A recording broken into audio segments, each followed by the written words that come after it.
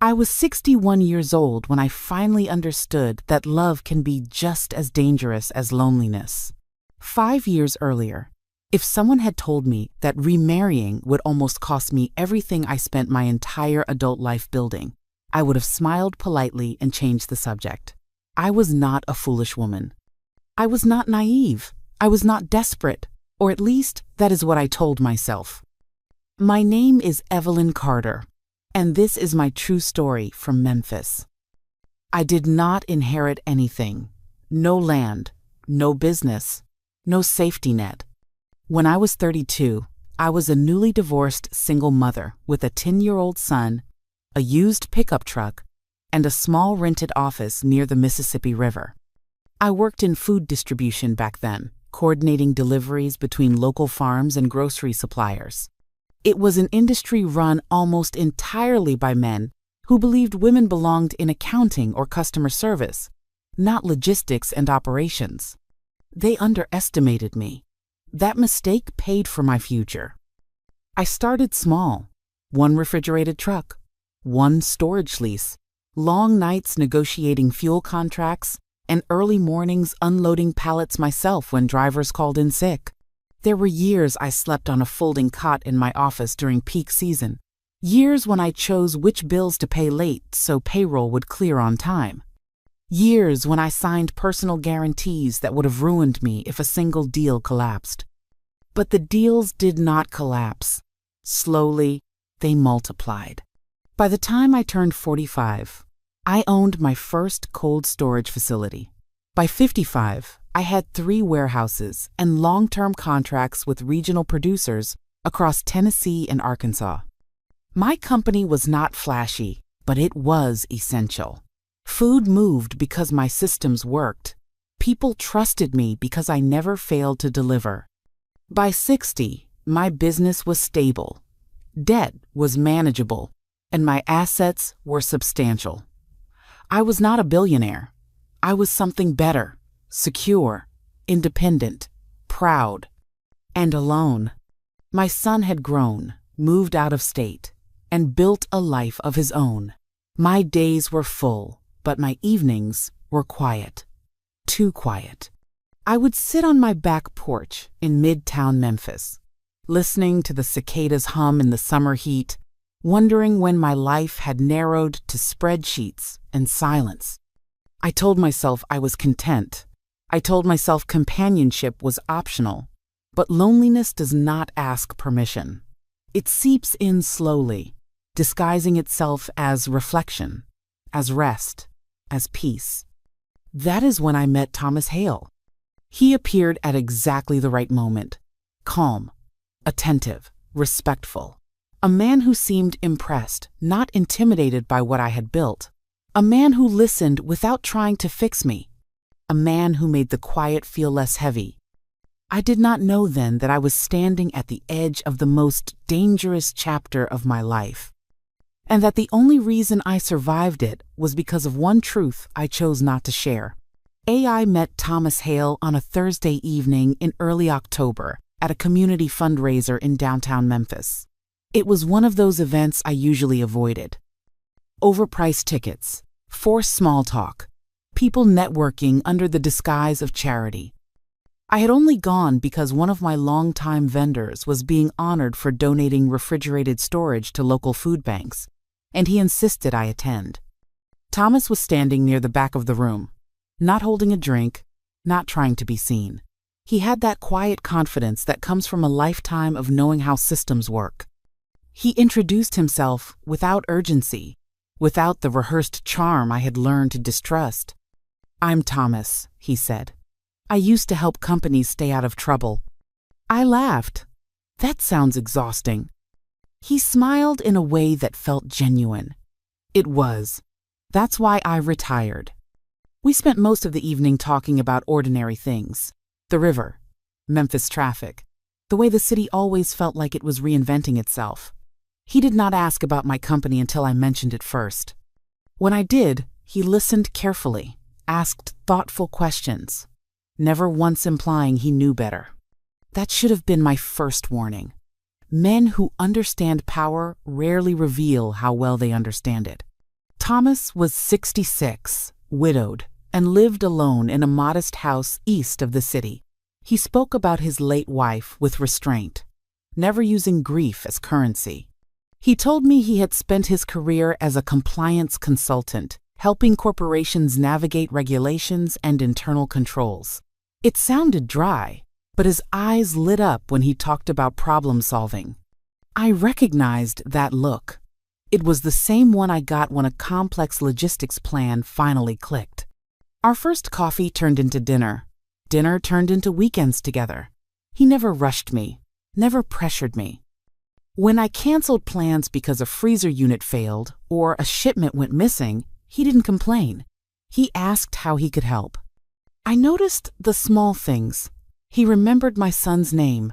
He brought books he thought I would like, not expensive gifts. He never commented on my home or my lifestyle in a way that felt evaluative. Compared to the men I had dated briefly over the years, Thomas felt safe, predictable, mature. When he told me about his children, it was with pride, but also distance. 2 daughters and a son, all grown, all living nearby. Successful, he said. Independent. Close as families go. I did not meet them right away, and at the time, I appreciated that boundary. 3 months in, he asked me why I had never remarried. I told him the truth. I had built something that required all of me. I did not have room for distraction. He nodded as if that answer made perfect sense. I understand, he said. I lost my wife, but before that, I lost myself trying to be everything for everyone. That line stayed with me. It felt honest. When he proposed the idea of marriage, it was quiet, no grand gesture, no audience, just the 2 of us sitting on my porch, the air heavy with summer heat. I don't need anything from you, he said. I just want to build something together, whatever that looks like. I believed him. Looking back now, I understand how carefully he chose his words, how nothing he said was technically untrue, and how much he left unsaid. Because while I was falling in love with the idea of companionship, Thomas was learning the shape of my life, and he was doing it very, very patiently. When Thomas and I began talking seriously about marriage, I did what I had trained myself to do in every major decision of my adult life. I slowed everything down. Love has a way of demanding speed. Business never does. The first call I made was not to my son or my friends. It was to my attorney, Grace Whitman, a woman who had guided me through acquisitions, lawsuits, and more than one near disaster. She had seen me at my most exhausted and my most decisive. If she hesitated, I paid attention. Evelyn, she said after listening quietly, I'm not saying don't get married. I am saying protect what you built. We drafted a prenuptial agreement that was clear and unambiguous. Everything I owned before the marriage would remain mine. The company, the properties, the land under every warehouse. No exceptions. Thomas reviewed it with his own counsel and signed without argument. He even joked about how romantic lawyers could be. That should have reassured me. Instead, it unsettled me. Because while the legal protection was in place, something deeper felt unfinished. A quiet tension I could not name. It was not fear. It was recognition. Over the next few weeks, Thomas asked gentle questions. How long the company had been around, whether it had always been under my name, how complicated the ownership structure was. Nothing overt. Nothing alarming, but the pattern was there. When his children came up in conversation, he mentioned they were curious about the business. Proud, he said. Interested. I smiled and nodded, keeping my answers general. I had spent decades learning how to speak in ways that revealed progress without revealing vulnerability. That was when I made the decision that would later save my life's work. I did not lie outright. I simply did not correct assumptions. When Thomas referred to the company as something I managed rather than owned, I let it stand. When he mentioned family assets in passing, I did not clarify. When the subject of property came up, I spoke about it as if it were layered, complicated, spread across trusts and long-standing agreements. I let him believe there were other hands on the wheel. Not because I planned anything, not because I suspected him of wrongdoing, but because something inside me refused to hand over the full map of what I had built. People often misunderstand this part when I tell them my story. They assume secrecy equals distrust, that if I loved him, I should have been transparent. What they fail to understand is that transparency without boundaries is exposure. And exposure is dangerous when you are the one holding value. I had been underestimated before. I had watched men smile while waiting for me to make a mistake. I had survived by knowing when to speak and when to stay silent. Marriage did not erase that instinct. If anything, it sharpened it. When we married quietly at a small chapel outside Memphis, I stood beside Thomas, feeling hopeful, grounded, and strangely alert. I did not feel guilty for what I had not shared. I felt prepared. Because the truth is this: if someone loves you for who you are, they do not need to know the exact price of what you own. And if they need that information to feel secure, then they are not in love with you, they are in negotiation. I did not know yet which category Thomas fell into, but I was about to find out. I met Thomas's children for the first time 3 weeks after the wedding. They came to my house on a Sunday afternoon, arriving separately but somehow together, like they had coordinated the timing. All of them were polite, smiling, perfectly appropriate. And yet, from the moment they stepped inside, the air shifted. His eldest daughter, Lauren, was the first to start asking questions. She worked in commercial real estate, she told me, which she said as if it explained everything that followed. She noticed ceiling heights. She commented on zoning. She asked how long the neighborhood had been trending upward. His son, Caleb, worked in financial consulting. He lingered near my office doorway, eyes scanning shelves and file cabinets with professional curiosity. He asked about long-term contracts, risk exposure, how diversified my revenue streams were. The youngest, Marissa, said little at first. She smiled often, nodded, watched. When she did speak, her questions landed softly but precisely. Who handled my legal filings? Whether I had ever thought about succession planning, if the company would remain in the family? I answered carefully, vaguely, always just enough. At first, I told myself they were simply protective, curious, a family trying to understand the woman their father had married. That explanation lasted exactly 1 visit. The questions did not stop. They evolved. Lauren asked whether I had recently updated insurance valuations on the warehouses. Caleb wanted to know if I had ever considered restructuring ownership for tax efficiency. Marissa asked if I had a will. Not gently. Not privately.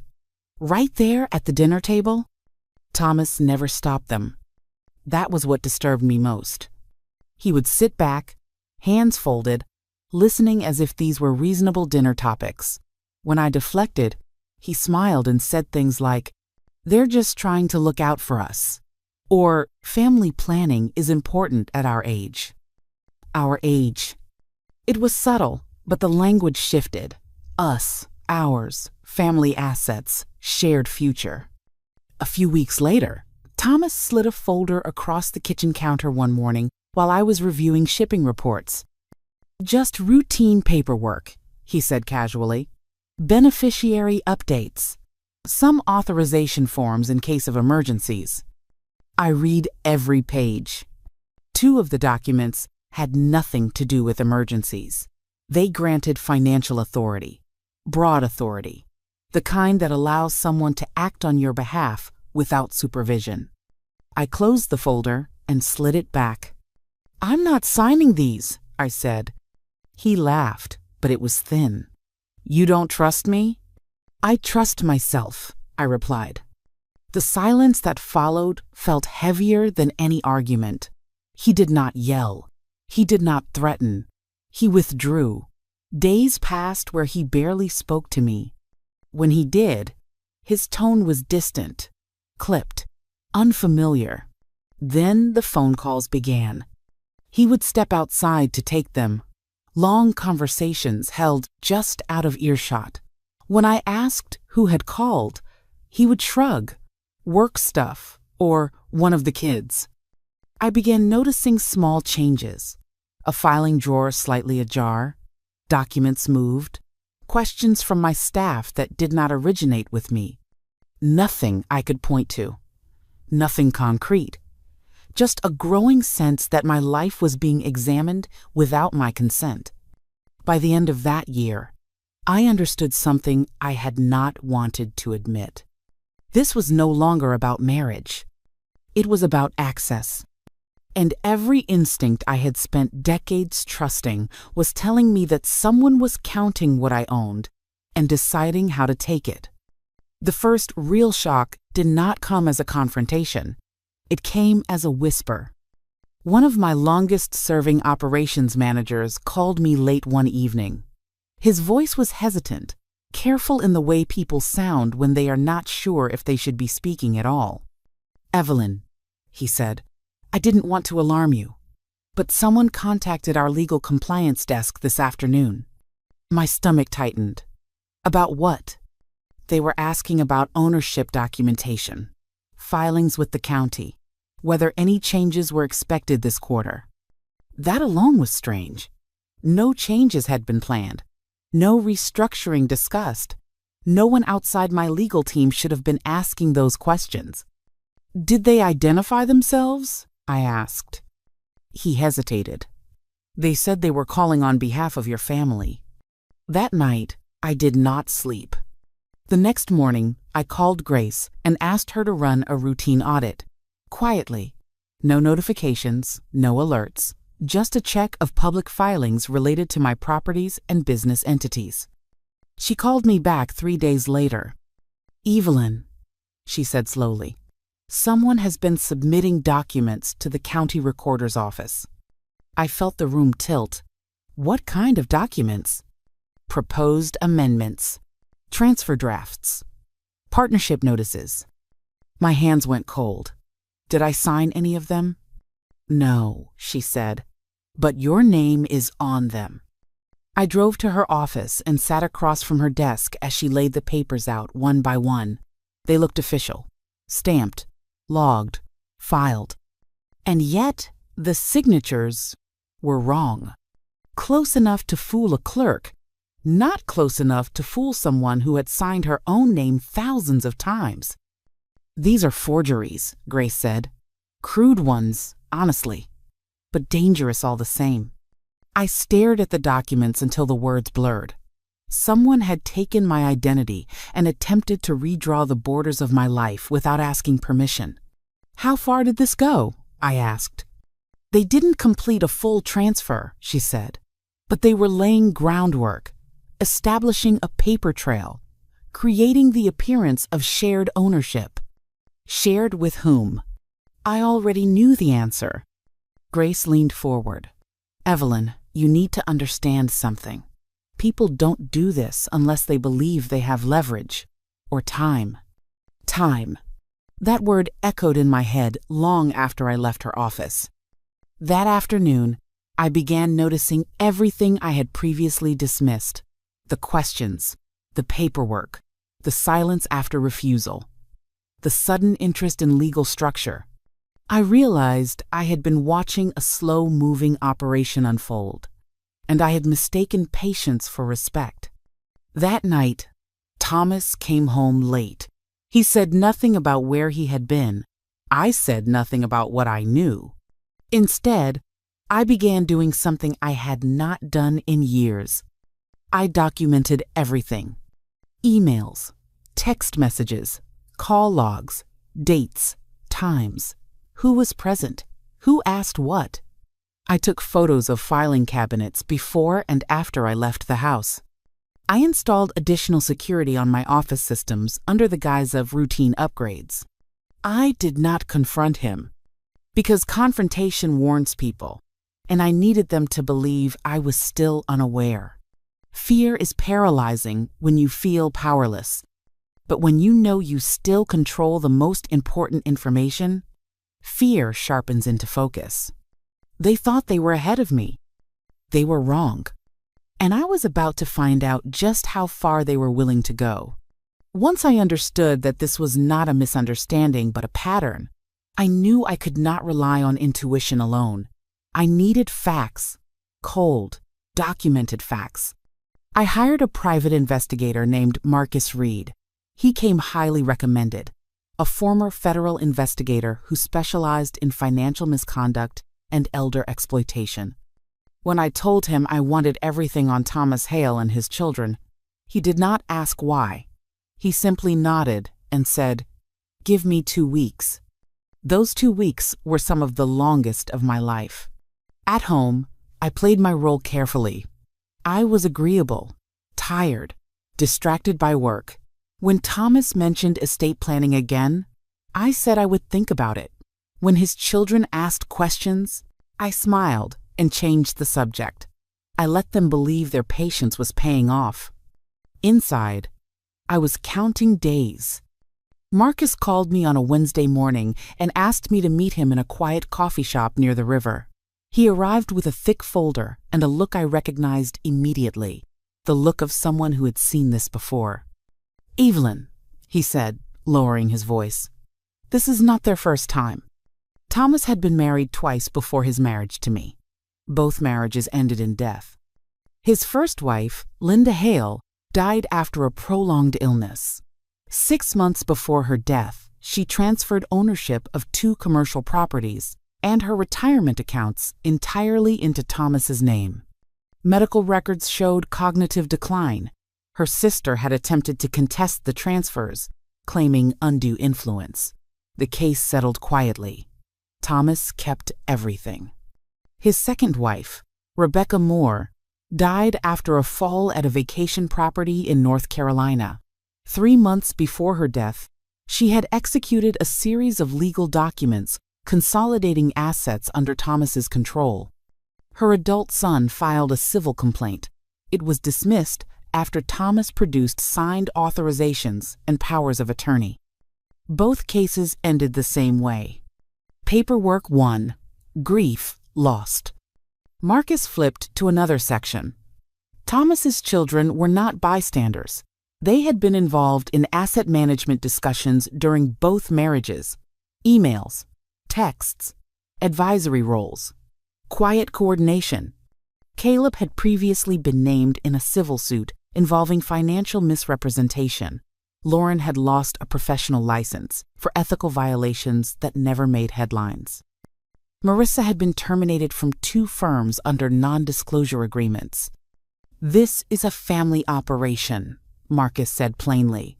"They target women with assets, wait until trust is established, then move fast when vulnerability appears." I felt something break inside me. Not heartbreak, clarity. They were waiting for age to work in their favor. For illness, for fatigue, for grief, for any moment I might loosen my grip. "And you," Marcus continued, "you're the anomaly." I looked up. "Because I'm not sick." "Because you're not isolated," he said. "And because you didn't reveal what you owned." That was the twist they did not anticipate. I walked out of that meeting knowing 2 things with certainty. First, I was not imagining the danger. Second, if I did nothing, I would become the 3rd woman in a pattern that ended the same way every time. But I had something Linda and Rebecca did not: time, awareness, and proof. And now, I was ready to use it. Once you know you are being hunted, you have 2 choices: run or stop being prey. I chose the second. I did not change my routine. I did not confront Thomas. I did not pull away. I did the opposite. I softened. I agreed more. I nodded when his children spoke about the future. I let small suggestions land without resistance. I watched relief spread across their faces as they mistook compliance for surrender. I told Thomas I had been thinking about family, about legacy, about how exhausting it was to carry everything alone. That was when he smiled again, the old smile, the one I had not seen in months. "I'm glad," he said. "You shouldn't have to do this by yourself anymore." Behind that sentence was an assumption that soon I would not be. Over the next 6 weeks, I worked quietly with Grace and Marcus. Every conversation was recorded where legally permitted, every email preserved. We allowed the forged filings to remain untouched, exactly as they were, so intent could not be denied. We tracked who accessed what and when. Then I set the stage. I told Thomas I wanted to host a small family gathering. Nothing formal, just dinner. I said I wanted his children there. I said I was ready to talk openly about the future. He did not question it. He did not slow down. Greed makes people impatient. The night of the dinner, the house was warm with light. Food catered. Wine poured. Laughter rehearsed. Thomas's children arrived dressed like they were attending a negotiation, not a meal. They were confident. What they did not know was that they were not the only guests. Grace arrived first, blending in easily. Then Marcus. Then 2 individuals Thomas did not recognize but should have. The sister of his first wife. The son of his second. I watched Thomas's face change when he saw them. The color drained slowly, as if his body understood before his mind did. "What is this?" he asked quietly. I stood at the head of the table, my hands steady, my voice calm. "This," I said, "is a family conversation." Caleb stood up. "This is inappropriate." "So were the forged documents," I replied. The room went silent. I did not raise my voice. I did not accuse emotionally. I laid out facts, dates, filings, emails, patterns. I handed Grace the floor, and she did what she does best. She dismantled lies with paper. When the investigator spoke, no one interrupted him. When the previous victims spoke, no one looked them in the eye. Thomas tried to speak once. Just once. "You misunderstand," he said. "I was protecting my family." I met his gaze. "You were stealing from women you thought would not fight back." The knock on the door came exactly on time. Law enforcement did not rush. They did not shout. They entered with quiet authority, already informed, already prepared. Handcuffs sound louder in silence. As Thomas was led away, he turned back toward me, not with anger, with disbelief. He had not lost because I was stronger. He had lost because I was patient. And I had never stopped owning myself. The house felt impossibly quiet after they were gone. Not peaceful, not relieved, just hollow, like a storm had passed and taken something with it. I stood alone in the kitchen, staring at a half-poured glass of wine, realizing that the life I thought I had rebuilt was never real to begin with. It had been a performance, and now the curtain was down. The investigation moved faster than I expected. Once authorities began pulling records, the pattern was impossible to ignore. The forged filings, the coordinated emails, the timing. What looked like isolated paperwork errors became a deliberate strategy when viewed together. Thomas and his children had not made a mistake. They had followed a plan. Within weeks, formal charges were filed. Fraud, forgery, conspiracy, elder exploitation. Thomas tried to fight it. He always had. But this time, paper was not on his side. The same tools he once used to silence grieving families now worked against him. His children turned on each other the moment immunity was mentioned. Cooperation replaced loyalty. Watching it unfold was not satisfying. It was sobering. I testified once, calmly, clearly. I did not embellish. I did not need to. The truth stood on its own. When the verdict came back, I did not cry. I felt something heavier lift. Not anger. Not fear. Confusion. How close I had come to losing everything without ever realizing it. The divorce was finalized quietly. The prenuptial agreement held exactly as written. Thomas left with what he came in with. Nothing more. Legal fees consumed what little remained of his resources. The house emptied quickly. His presence vanished like it had never belonged there. I stayed. The company continued. Contracts renewed. Warehouses ran. Employees showed up every morning, unaware of how close their livelihoods had come to being collateral damage in someone else's scheme. A year later, I replaced the locks and repainted the walls. Not because I needed to forget, but because I wanted to reclaim the space. I invited my son to visit more often. I learned how to sit with silence again, this time without mistaking it for emptiness. I never remarried. Not because love failed me, but because I no longer confuse companionship with safety. I am open. I am kind. I am no longer accessible to anyone who sees my life as a ledger. People sometimes ask if I regret not being more honest at the beginning, if I feel guilty for keeping that one truth to myself. I do not. Because that silence was not deception. It was protection.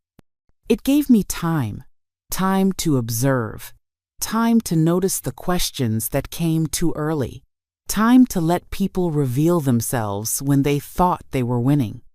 If I had announced my worth at the start, the pressure would have come sooner, harder, louder. I might not have survived it.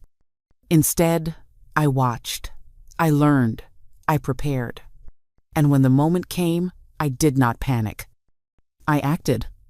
Today, when people ask about my life, I answer honestly. I built it, I own it, I protect it.